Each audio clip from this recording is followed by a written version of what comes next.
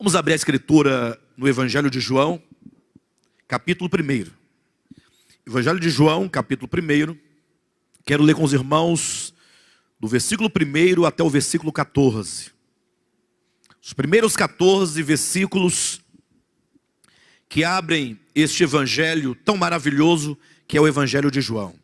Eu quero pedir de antemão aos irmãos que abra seu coração neste momento e procure se concentrar, e procure compreender, e procure colher cada palavra que será dita aqui nesta manhã.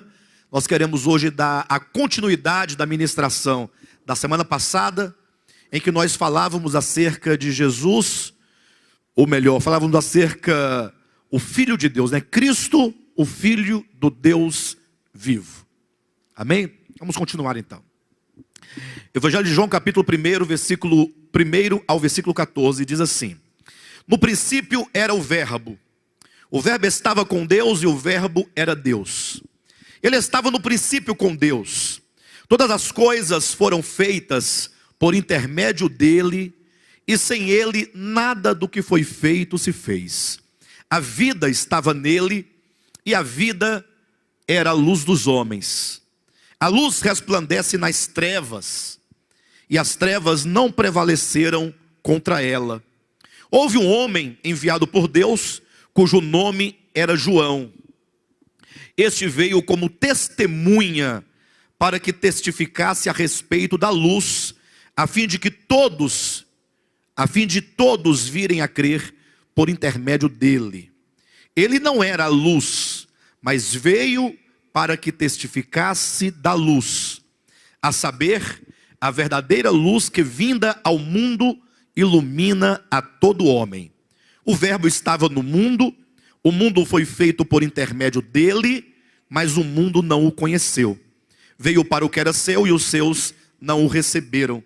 Mas a todos quantos o receberam, deu-lhes o poder de serem feitos filhos de Deus, a saber, aos que creem no seu nome, os quais não nasceram do sangue, nem da vontade da carne, nem da vontade do homem, mas de Deus. E o Verbo se fez carne e habitou entre nós, cheio de graça e de verdade, e vimos a sua glória, glória como do unigênito do Pai.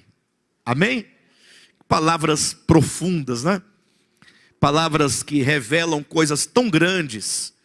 E embora seja um texto relativamente conhecido da maioria dos cristãos, porque aqui contém, pelo menos o versículo 14, é um versículo bastante conhecido, e o Verbo se fez carne e habitou entre nós, mas a despeito disso, é uma porção da Escritura que ainda não tem sido compreendida pela maioria dos cristãos, pela maioria das pessoas. Mas a falta de compreensão não está no aspecto sintático do texto, porque aí seria subestimar a capacidade dos irmãos e das pessoas em geral. Mas o que ocorre é que durante a história da igreja, e eu quero que os irmãos entendam isso desde o princípio, a história da igreja, ela é marcada por muita treva espiritual.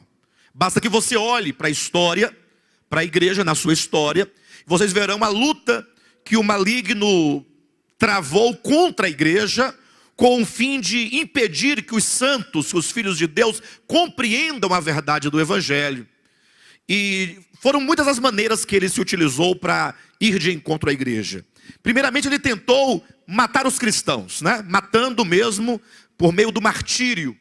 Logo no segundo século da era cristã, o que nós vemos ali? Vemos um período em que o Império Romano matava os cristãos, ora esquartejado, ora queimado numa fogueira, ora crucificado. Várias as formas que foram usadas, então, para destruir os cristãos. O que acontece, entretanto, é que na medida em que os cristãos iam morrendo, outros, em muito maior número,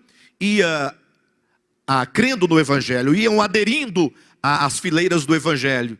De maneira que logo as autoridades romanas perceberam que o sangue dos mártires era como se fosse sementes.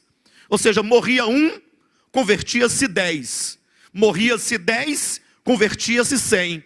E assim sucessivamente, de maneira que eles pensaram, olha, se o nosso objetivo é dizimar da face da terra essa igreja, então nós estamos no caminho errado.